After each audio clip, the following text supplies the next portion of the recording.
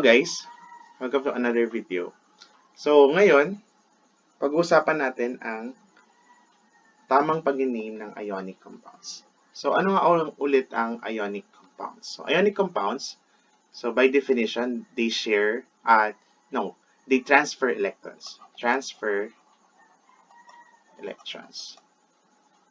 So yung mga valence electrons nila, tinatransfer nila through each other para mag-bond, mag-connect. Okay? So, in naming ionic compounds, very critical yung system kung paano natin sila ni-name. So, for example, meron tayong FeO. So, yun pa lang yung tawag natin kasi kung natin hindi pa natin alam paano siya babasahin. So, alam natin na nag-crisscross. So, ano ulit yung crisscross? So, kunwari, meron tayong element A and B. Meron silang number here.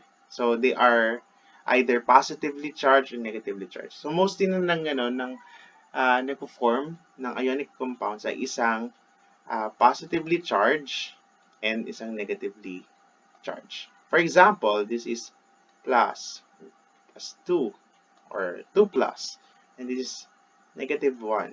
So, after combining, so this is an arrow, mag-combine sila. So, it will turn na maging A, B, 2. Why? Kasi yung 2, ito yung parang technique na tinuturo sa atin. Binababa daw dito, and then binababa dito. Okay? So, crisscrossing. So, for now, for the sake of our discussion, yun yung nangyayari. Binababa dito, and then binababa dito. So, kaya nagkaroon tayo ng, parang meron dito 1, and then this is 2. So, may mga theories tayo, how they bond. So, didiscuss din naman natin yan sa other videos natin. So, for now, ito muna, yung natin. Kasi ang focus natin ngayon is to name ionic compounds. So, if you have your list of ionic names, so kung wala naman, you can check your periodic table. So let's say this is a periodic table. Yan. It looks like one, di ba? So may awang dito, tapos dito na yung mga lanthanides and actinides. So, yan. Okay. So, common na tinuturo sa atin is, this is positive 1, positive 2, yung column na yan, positive 1, positive 2, then, duman tayo, may yung positive 3, positive or negative 4, negative na line.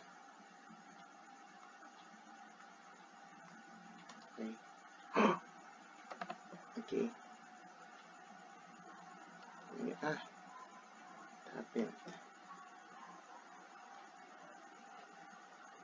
Okay. So,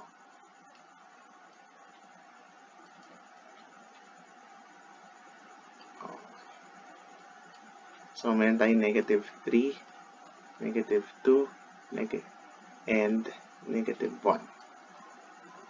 Okay? And 0. Negative 1, tapos yung mga 0 tayo dito. So, clear ba yung aking periodic table? So ang katapat ng di ba ito, alam natin na hydrogen. Diba ito yung helium, siya yung mother. Yan, mother ng mga zeros kasi sila yung mga noble gases. This is part ng helium. So, maganda, hawak niyo yung periodic table niyo para at least na imagine niyo yung nangyayari.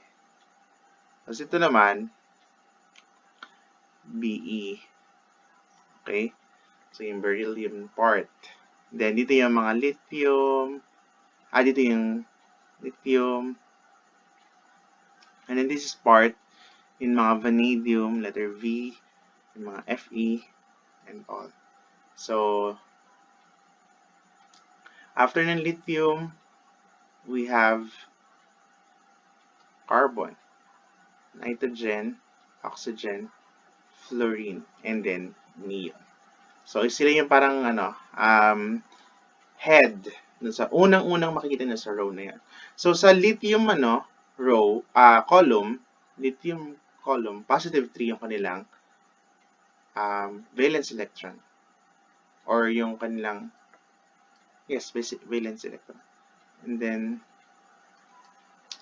positive 4 or negative 4 pag sa carbon, then negative 3 pag nitrogen, then oxygen, negative 2, negative 1 sa mga halogens.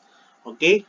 So, kung ang O ay may negative 2, and then since nag-cancel out sila, so Fe must have positive 2.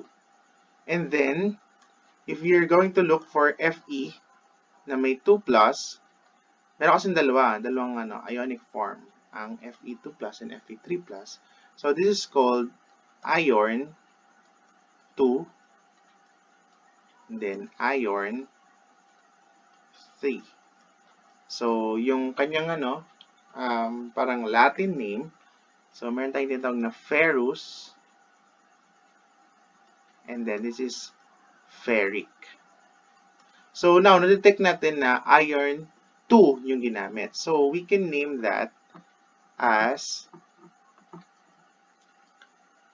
ferrous or ferric. So, this is ferrous, double R, ferrous oxide. So, not oxygen, kasi that's how they name the chemicals. IDE, not ferrous oxygen. No. So, construct lang naman yun. No? So, dahil yun ang pinag-agreehan ng mga scientists, chemists, so mag-abide tayo. Kasi, kapag nagagawa ka ng ferrous oxygen ngayon, baka tawanan ka or hindi i-honor yung answer mo.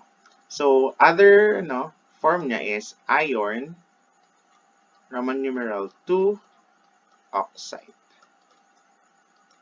Okay? So, laging IDE ang dulo ng mga ionic compounds. Okay? Siyempre, depends sa case kung ano yung nakadikit sa kanya. Next, MnO2. So, alam natin parang, this is oxide na naman. Pero, paano pag may 2? So, hindi nagmamatter kung ano yung mga 2.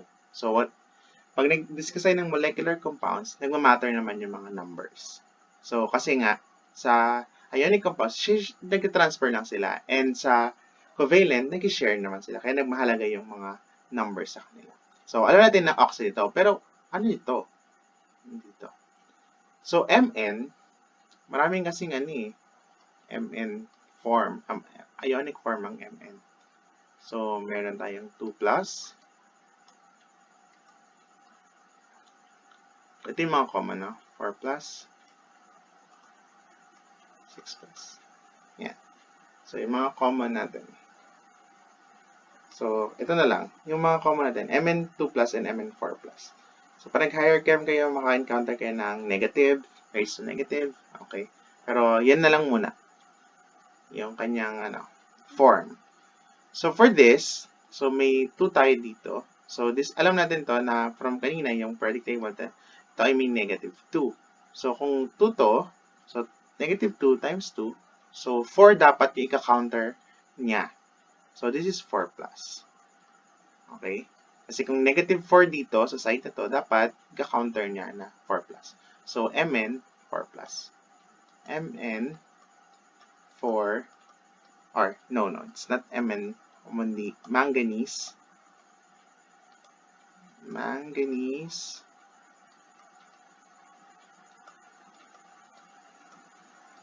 or oxide. Okay? Pag 2, di manganese, 2, oxide. So, that's easy, right?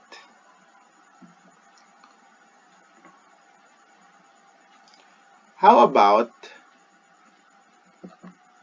CuSF4? So, for this case, diba pansin nyo, balik tayo dito. So, dito, isang element, saka isang element. So, nagkaroon lang ng 2. Dito naman, 1, 1. Parang 1, 1. Pero, sa totoo 2, 2 sila. Pero, na-cancel na lang yung ano. Kasi nga, pwede pa silang i-lowest term. Okay? So, nakipansin nyo, isang positively charged, isang negatively charged. Para pag ganito, tatlo na sila. So, meron din tawag tayong polyatomic ion. Like this, SO4. So, this is called as sulfate. So, kailangan medyo sa ulo na rin yung mga list or mga polyatomic ions. Kasi kung hindi, mahirapan kayong ma-detect kung ano yung negatively charged or ano yung positively charged dun sa given. So, sulfate is a polyatomic ion na meron silang total or net charge na 2 negative. Okay? So, kung 2 negative to, and then this is the, yung kasama niya, so dapat nagta-transfer yung electrons. So, 2 plus to. Okay. So, from here, we can write na this is copper 2. Yan, this is number 2, ha? Number 2. Roman numeral 2, like this. Yan. Copper 2 sulfate. So, copper din, meron din siyang tawag, parang doon sa iron. Meron tayong cupric and cuprous. So, kung 2 plus to, cuprous. Like dun sa naging example sa iron. So, paano yung spell? Cuprous. C-U-P-R-O-U-S. Cuprous sulfate. Pag ano, 3 plus, cupric sulfate. So, kung 3 plus naman, dapat ganito na itsura na. Cu2, dapat may parentheses, 3. Kasi 3 yung binigay ng ano, and then yung 2 naman from SO4. Saka isa pa, yung SO4 can be ganito. Yan. Okay? So, SO4 2 negative, 2 negative. Pag SO4 2 negative, ang tawag natin dyan ay sulfate. Pag ganito naman, sulfite. Yung A naging I. So, meron kaming technique nung high school. So, SO4, kasi minsan, dahil na first introduce pa lang, medyo hindi pa namin gamay kung paano i-write yung mga ano. So, this is meron kaming mnemonics na summer. So, kung mag-work sa inyo to, intindihin nyo or tandaan nyo na for the rest. Kasi baka mag-pursue kayo ng related sa chemistry na course. So, magiging helpful to. So, summer. Paano naging summer? Kasi lahat ng number ng consonants ay number ng oxygen. So, merong 4 consonants, 4. Tapos, yung number ng vowels ay number ng charges ito. So, dahil naman alam mo na dapat na negative yun. Parang taken as Tapos, syempre, kaya siya summer. So, nagsimula sa S. So, naging ito. Sulfate ion. Summer yun. Kasi minsan kasi nakakalimutan ng bata na sulfate, minsan nagiging 3 to, minsan nagiging 5 kasi nakakalimutan na 4 lang pala yung kasama ng SO4 to negative. So, kung marunong kayo na Lewis bond o yung mag-draw ng Lewis structure nila, makikita na na SO4 to negative na talaga. Pero for yung parang technique or shortcut, so sinasolo namin summer, SO4 to negative. Okay? So, kapag ito yung naging 3, so, copper 2 sulfite. Meron po bang SO2 2 negative? Nope. Wala tayong ganun. Na polyatomic ion. Okay? Next. How about this? Ang dami na. 4 na yung element. So, dapat madetect nyo. So, dito, clue na may ganito. May parenthesis. So, isa na to. Then ito, pangalawa. So, kailangan dalawa lang yung dito, nag-transparent. Kasi kung tatlo, medyo impossible yung mangyari. Okay? Pero, may chance na, kasi lalo pag naka-meet kayo ng mga nasa in your higher chemistry. So, this one. Alam natin to na ito ay yung nagbibigay ng negative charge. Ito yung naman nagbibigay ng positive charge. Lagi naman kasing gano'n, nasa left side nagbibigay ng positive charge, yung negative naman nasa right side. So, this one, another polyatomic ion na tinatawag nating phosphate. Phosphate. Kasi ang phosphate ay PO4 3 negative. This is one is also a polyatomic ion. Kaso hindi naman siya negatively charged, kundi positively charged. Tawag natin dito ay ammonium. Yan. So, this is NH4 plus. Kaya pansin nyo, 1 lang dito. Tapos dito may 3 kasi nag-criss-cross sila. So, 3 napunta sa NH4 and then 1 lang dito. So, para ito siya papangalanan. So, pag ipagsamahin nyo na ito, combine nyo lang itong dalawang ito. And ammonium phosphate, yung name nito. So, itong ammonium, hindi ito nagiging ganito. Okay? Hindi nagiging ganyan yan, ha? So, this is wrong. Meron siyang form na ganito. Ang tawag lang natin sa kanya, ammonia. So, ito ay neutral, no? Okay? So, walang ganito, NH3+. Pero dito, nag-work yun. PO. So, anong tawag natin dito? Phosphite. So, yung A naging I lang. Phosphite. Okay? So, this is ammonium phosphate. Pero pag naging 3 to, ammonium phosphite. Okay? Clear? Next example. This one, HgCl2. Ang mga mercury, medyo tricky yan. So, meron tayong tinatawag na ganito. Mg2 2+, at saka Hg2+. This is mercury or mercurous. This is mercuric. This is mercury, or other term nito, or slash, mercury 1. And this is mercury 2. Based dun sa periodic table nyo, mapapansin nyo na, di ba, ang chlorine, di ba, ang taas niya, fluorine. Tapos katabi ng chlorine, magkakatabi sa periodic table. So, hanapin nyo. Neon, He. Yan. So, alam natin to, dinagating kanina, negative 1 to. So, alam natin na chlorine is negative 1. So, may 2 siya dito. So, ang total nitong part na to is negative 2. So, ang Hg, para ma-counter na yon, dapat ito ay 2+. So, ano kaya dito? Plus naman silang may 2+. So, medyo trick. Pero, ito yon. Kasi, wala namang naiwan dito na 2. Kasi kung ganito ang naging given, H2Cl2, ito yung ano natin. Ito yung ion na nag-participate dito sa bond na to. So, since ang nag-participate sa atin, bahayin natin, pwede kayo malito. Since ang nag-participate ay HgCl2, so, alam natin na ito ay mercury or mercuric chloride. So, tandaan na, I ulit yan. Yung sa mga phosphate, hindi naging phosphide or naging letter D yung T kasi polyatomic ion sila. Pero pag single, yung mga monoatomic, naging IDE. Okay?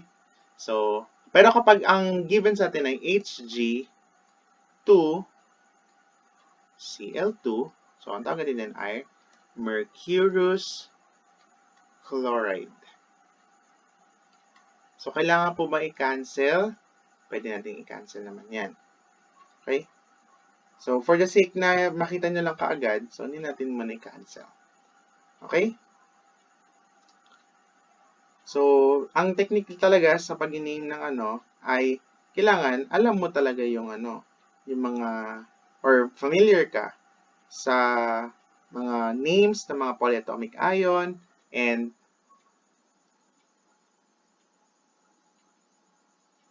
familiar ka din dun sa mga other terms, yung mga tulad yung mga Latin names ng ating mga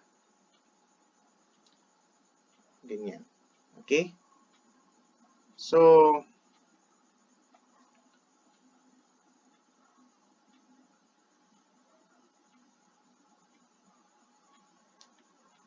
this one, sa ulitin, hindi na natin ito kina-cancel. No? Kasi, widely accepted na yung ganitong form. Okay? So, the same with the hydrogen peroxide. So, accepted na kasi ganitong form, kaya hindi natin kina-cancel. So, malilito pa tayo kapag ganito yung form niya, HO. Okay? So, construct din sila. So, pinag-agreehan and then tinanggap ng buong scientific community. So, this is mercurous, then this is mercuric. Next, KClO3.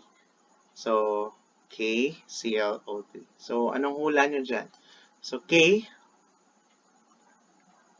and ito yung dalawang nag-bond, ClO3. So, ClO3, I forgot na ano yung ating dito sa phosphate. So, yung technique kami dyan, phoenix, yung word. Phoenix. No? So, ilang number ng dyan, ng consonant, number ng So, may 4 consonants, so number ng 4. Tapos, ilang vowels, so 3 negative. So, P. Yan. So, yan. Yan yung namin tinatandaan yung PO4, 3 negative, or yung phosphate. No? So, dito naman, chlorate. So, dito, medyo, ang tawag namin dito, clam. So, C, L, then, ilan yung yung number ng consonant, 3, tapos ilan yung isa. So, chlorate. So, kung negative 1 to, so this will be positive 1. So, potassium, wala tong 1 ha. Bakit walang 1 or potassium 1? Bakit ganyan lang kasimple? Potassium chlorate lang. Kasi, pag hinanap nyo siya sa periodic table, so ito yung hydrogen nyo, beryllium,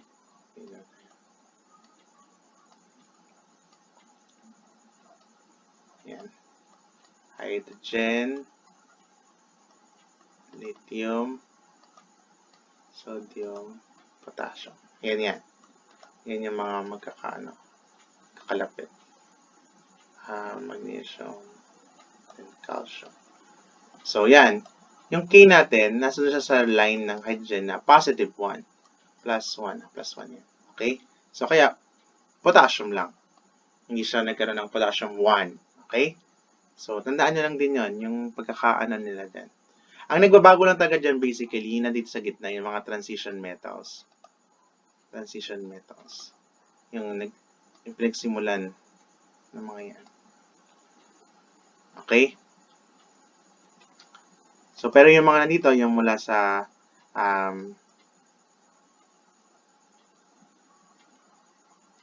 boron, so, ganyan. So, hindi yan Okay? So, yan. That's it. Potassium chlorate.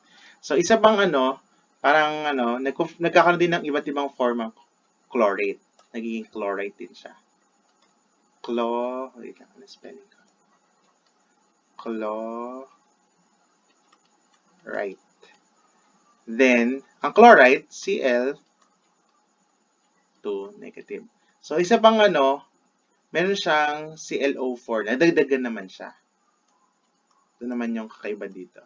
So, nadagdagan siya. Pag ClO4 negative na, ang tawagan dyan ay perchlorate.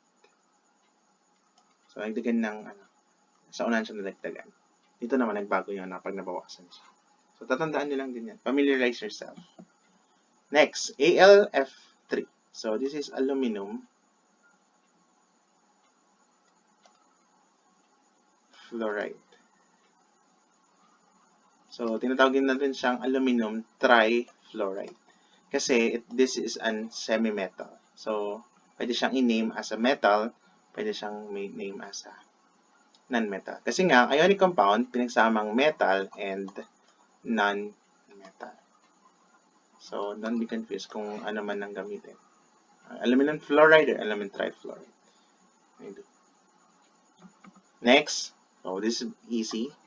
Sodium bromide, not bromine, ha? Kasi single, so dapat ID ang dulo.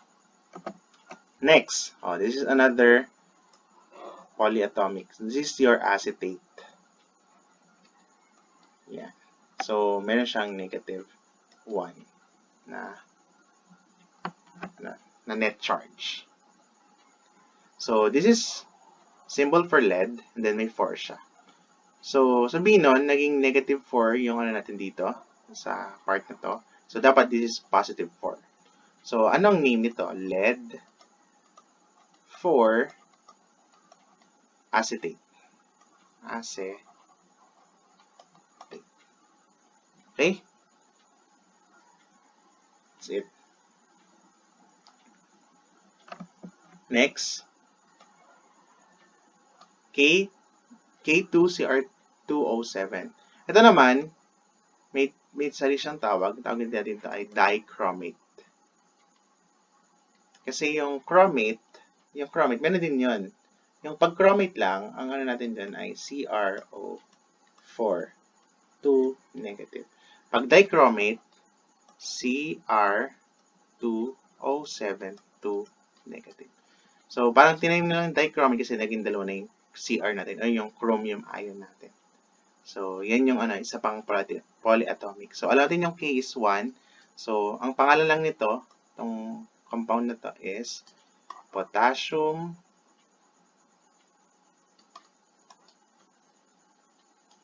dichromate.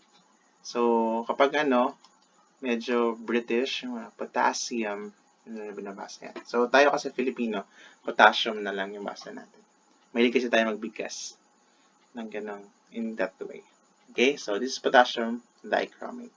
Pero kung nakita nyo lang is ganito, K2CrO4, potassium chromate lang to. Okay, next. So, that's all na pala. Wala nang susunod. Okay, if you have more questions, just comment down below and we'll try to solve that. Please don't forget to like, subscribe, and share this video. Bye!